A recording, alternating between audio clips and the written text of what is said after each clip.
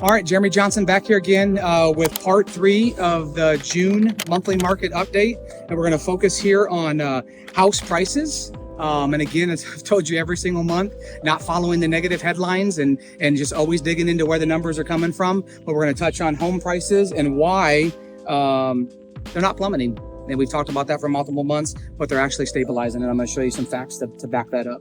The number one thing this month that they really hit on, that KCM hit on, was you have to know what data you're looking at and the points that you're physically looking at.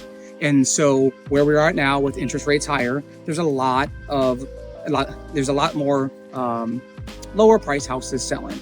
So when you look at certain sites that give you the median home price and say the median home price is down, that's, again, when you do law of averages, if you put smaller numbers into it and you divide them by that total number, it's going to give you a smaller median price.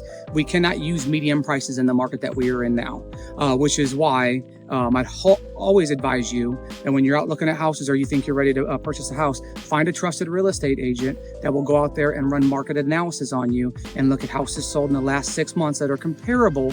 And the upgrades, comparing apples to apples and not apples to oranges, or looking at a median price. So I wanted to make that big point. You can't just look at the median price and say the market's crashing, house prices are plummeting. So I'm going to show you in a minute some facts that house prices aren't plummeting. They're actually on an increase for the last 3 months. So what I want to give you here is an accurate look at the home price movement from 3 of the most reputable price indexes that are out there. And they are Case-Shiller, FHFA, and CoreLogic. So these are ones that you've heard me say before, and kind of look at their, but look at their data on where we're at. So you can see here by Case-Shiller, we did go through, the third and fourth quarter of last year, we did go through a price decrease. And so you can see Case-Shiller, we've seen this, again, I used these numbers last month, 0.9 in August, decrease 0.8. But if you remember, the news headlines were talking about 20 to 25% home price decrease. This is why these experts are saying that it's actually stabilizing. And you can see we got 2 months here, February and March, where it's been on an increase. And we're projecting the same things for April, May, and June. That's Case-Shiller. The next one here I said is FHFA. And you can see they're 3 straight months in a row with home prices increasing. So again, FHFA showed 4 months of kind of rough data, where Case-Shiller showed the 6-month period. And then my third one I wanted to show you is CoreLogic.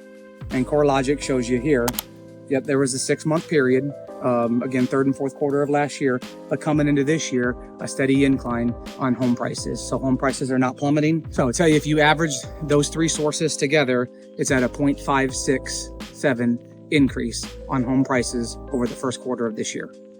So again, they're not plummeting. So what this slide here shows you is that we've had 3 straight months of steady increase. And going back to part 1, when we said that the last, one of the times that we've seen a 300 basis point spread, one of the periods was 2008 and 2009. I will tell you factually, in 2008 and 2009, it took us 6 years to come out of that, almost 6 years, before we started seeing an increase on house prices again. In this scenario that we're living in today, it was about 6 months at worst case. And it was, the highest one was negative 0.09. Not even a percentage point, nothing close to the 20 or 25% that they talked about. So I'll leave you with this. A big important data point to use is whenever we're looking at and comparing numbers, days on the market, houses on the market, all the data points that we've used over these last 7 or 8 months that I've been giving you this market update, you almost have to leave out 2020 and 2021. KCM, we know that was a pandemic. We know it was a horrific time. We know people lost loved ones and family members. From the real estate market area, they call them the unicorn years. So everything was wonky. There was a moratorium placed on, you couldn't foreclose on houses, as we talked about last month. So if you want to compare data in 2023, we have to start using data from 2018, 2019, and even before that to make sure that we're looking at a true housing market and where we're physically at. We're not in a housing crash. We went through a 6 month downtick, excuse me, but not the 6-year downtick that we saw in 2008 and 2009.